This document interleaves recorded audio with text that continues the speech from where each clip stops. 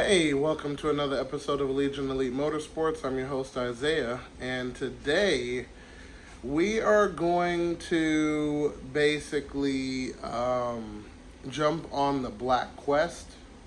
Reason being is because we didn't get to take the head off of the new shop car. So what we're going to do is we're going to jump on the Quest, well, the black one, and hopefully that'll buy us some time, including the customer StarQuest help. We're still waiting for some parts to come in, but overall, not too bad. I can give you guys a little update, so let's dive in. Okay, update on the StarQuest help.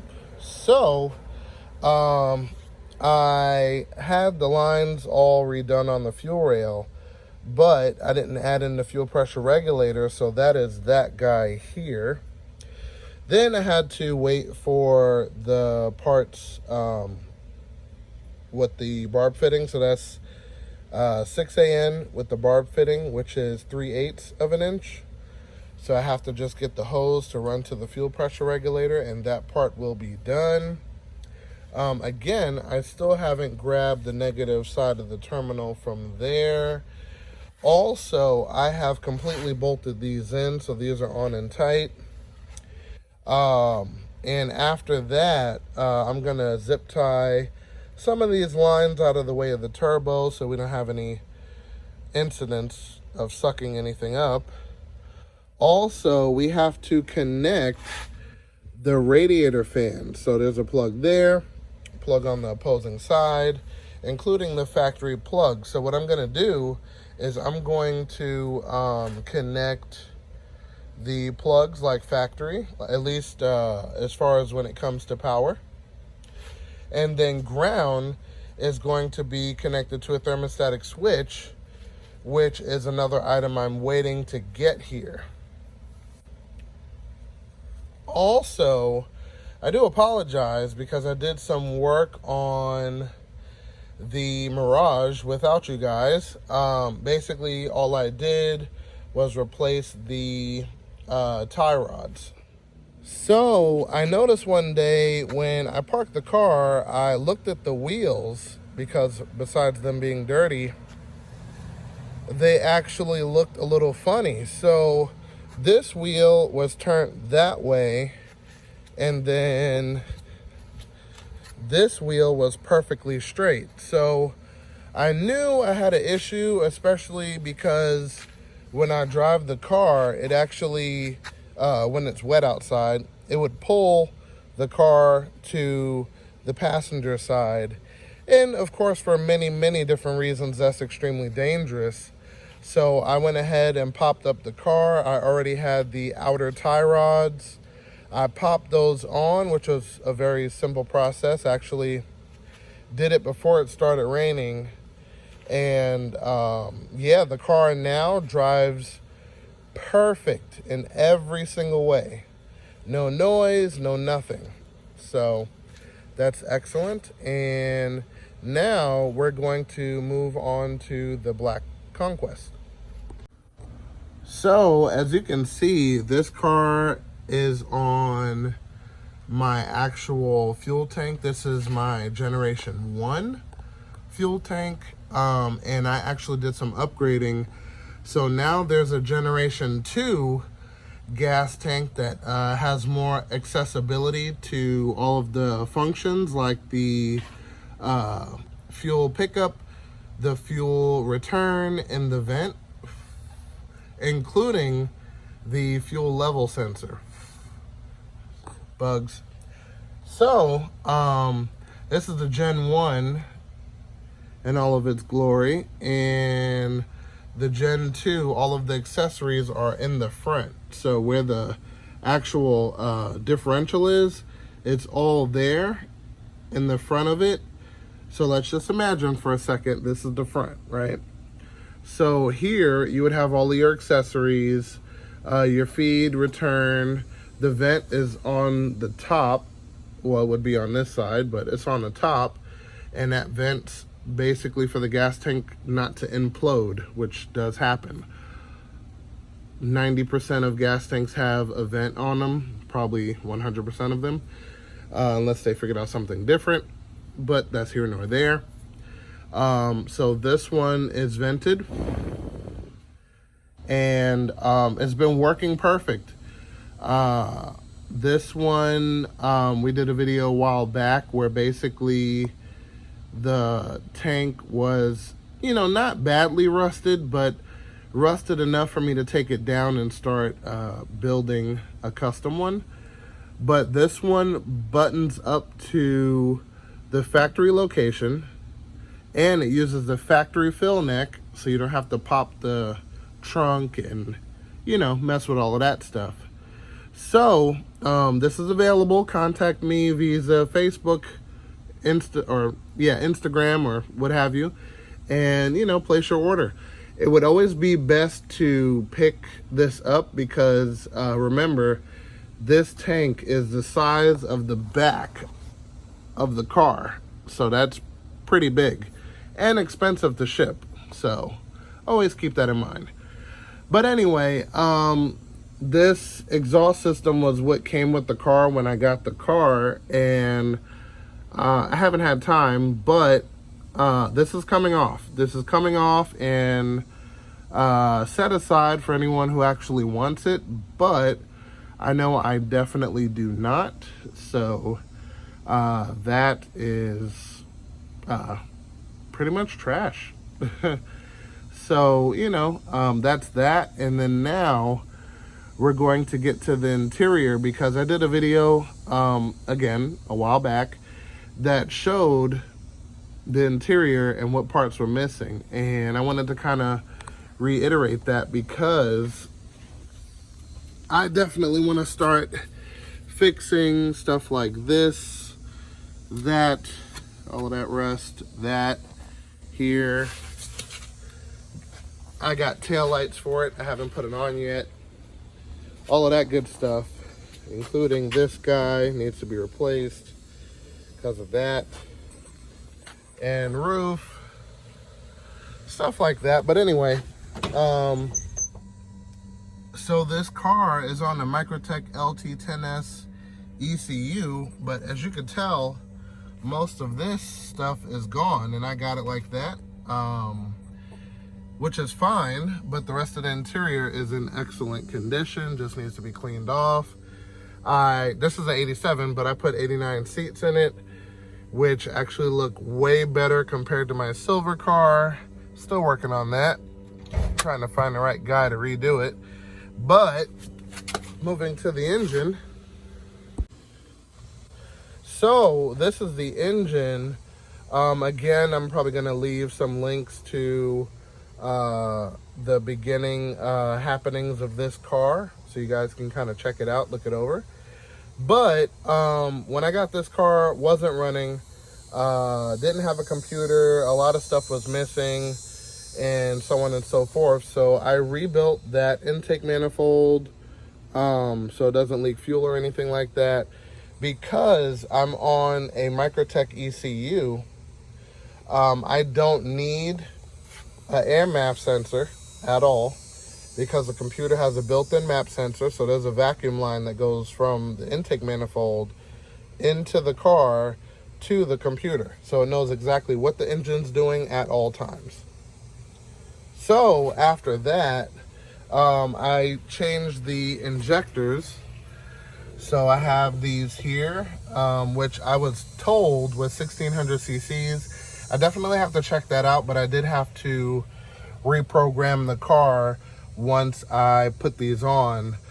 And also I did some modifications up here to the top hat. As you could tell, I did a plug here because this is the old regulator that I'm not using. And then I tapped the back end. Well, I didn't actually have to tap it. There's an Allen head here that you can remove and, you know, just run the line to the new fuel pressure regulator. So, you know, that's done. I got a new fuel filter because there was no telling how bad the other one was, and I wasn't about to find out, so I replaced it. Also, for turbo, This is an aftermarket unit. Cost me about like $110 or so. Brand new, but the rust took over. It's fine. But what I did was I took at the time it was $9, but it's a threaded T3 flange, and I took the stock manifold, hacked off the bolts because there was no way you were getting that off anyway, and I welded the flange onto the stock manifold, and this is, you know, what I got. It bolts on, no issues, no mayhem, and it has a V-band downpipe that is 2.5 inches, and all I did was I just made it go down, and then that was it. So it's pointing straight to the ground just for now. Once I get the rest of the piping, I'm actually going to build it from scratch from this point all the way out, and hopefully I'm going to make a jig for it, so I will be able to provide that to you guys for any turbo setup you have. Reason I say that is because I'm going to be selling you guys from here out. If you get this set up, then you can get the upper half at, you know, additional cost or whatever. But the clocking of the turbo, I did it at such an extreme angle, like instead of it being between 0 and 15 degrees, actually went a little bit further, and it hasn't caused any issues. I've been driving this car. I drove it for a couple hours on a daily for a little while, and no issues. So I think the myth of oil backing up into the turbo has been debunked.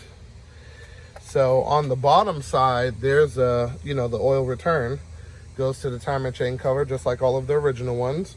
And I use the original hose, original intercooler piping. This car does have AC, but the blower motor doesn't work, so I have to jump on that. The wiper motor doesn't work, so I have to jump on that too.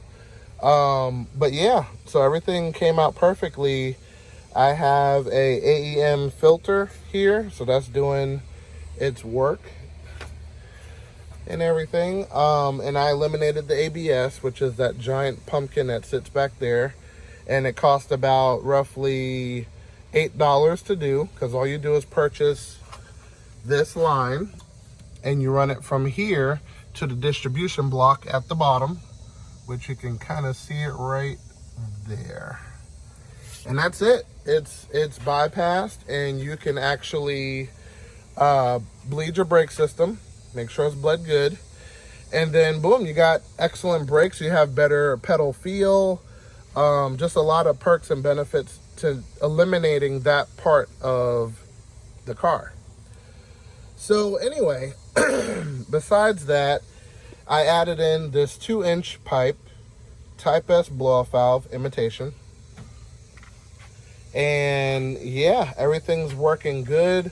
The car's kind of loud, obviously, because it doesn't have a exhaust, but I'm gonna crank it up for you guys in just a second.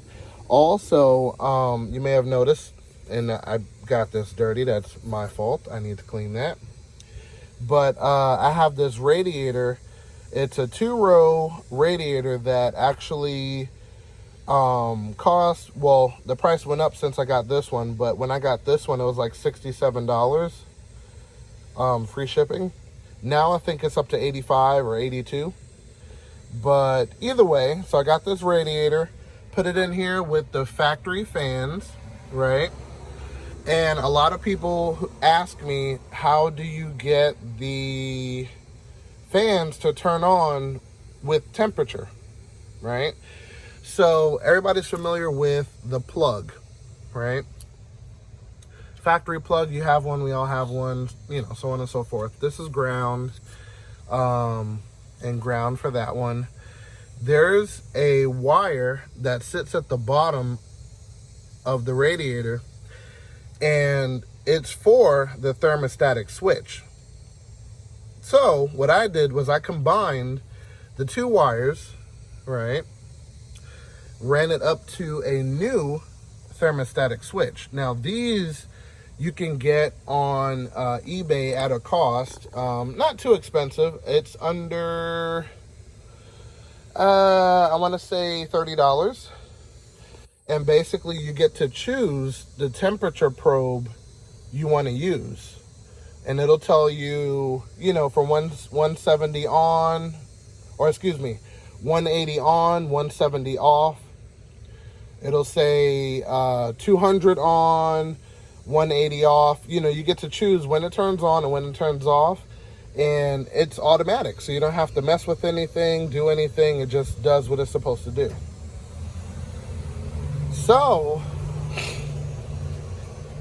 I added that in there. With the Microtech, I added the MSD, so I have the Ultra Fire, which really helps.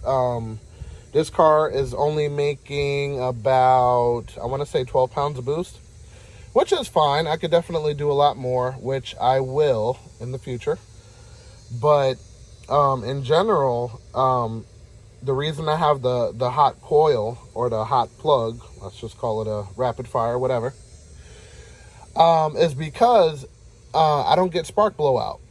So when you're running high boost and all of that other good stuff, you tend to get spark blowout. And you'll notice because the car starts stuttering up top. I don't get that because the fire is so hot and it's red. You can literally look at it if you take the coil wire off of the coil and put it to the tower. You'll see it arc red flame instead of that light skinny blue line. It's a fat red one. So the spark plugs are original. I never changed them and it's working fine. It's actually working really good. So what I'm gonna do is I'm gonna fire this up for you guys, and I have these just chilling hanging because the computer, I got it used and it was on an MPI car. But in the settings you can adjust for batch fire or sequential, and I have it on batch because it's just two injectors firing at the same time. Off topic but on topic. So anyway, let me fire it up and we'll be right back. So you're probably not going to be able to hear me, but basically it's alive, obviously, and I'm going to rev it up for you guys so you can hear how she sounds and take it from there.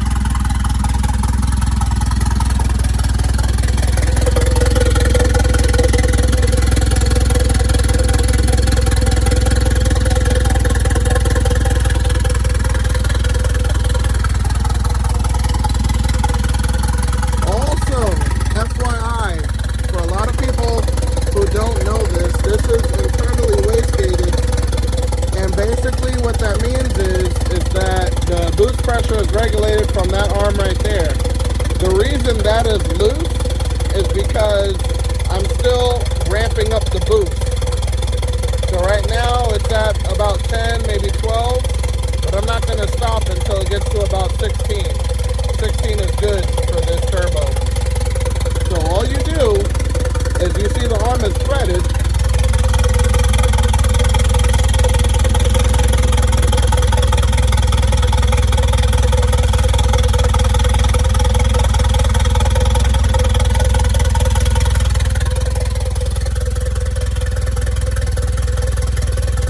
So the more you tighten that arm, the higher the boost goes. So that's why it's threaded. This actually works for the factory turbo and the aftermarket internal wastegated ones. So if you want more boost, just tighten that up. A lot of people like to go through the vacuum. I like the results from the actual wastegate, at least for as a starting point. So let's wrap it up.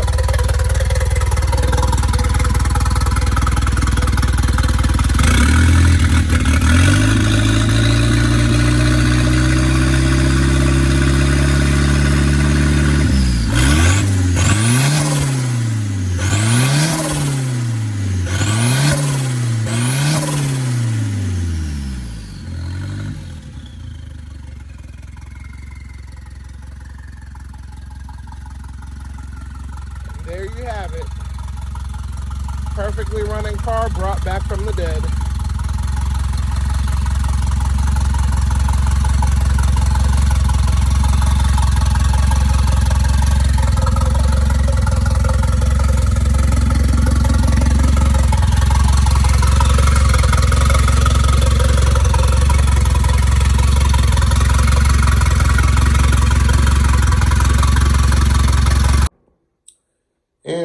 being said, I will see you next episode.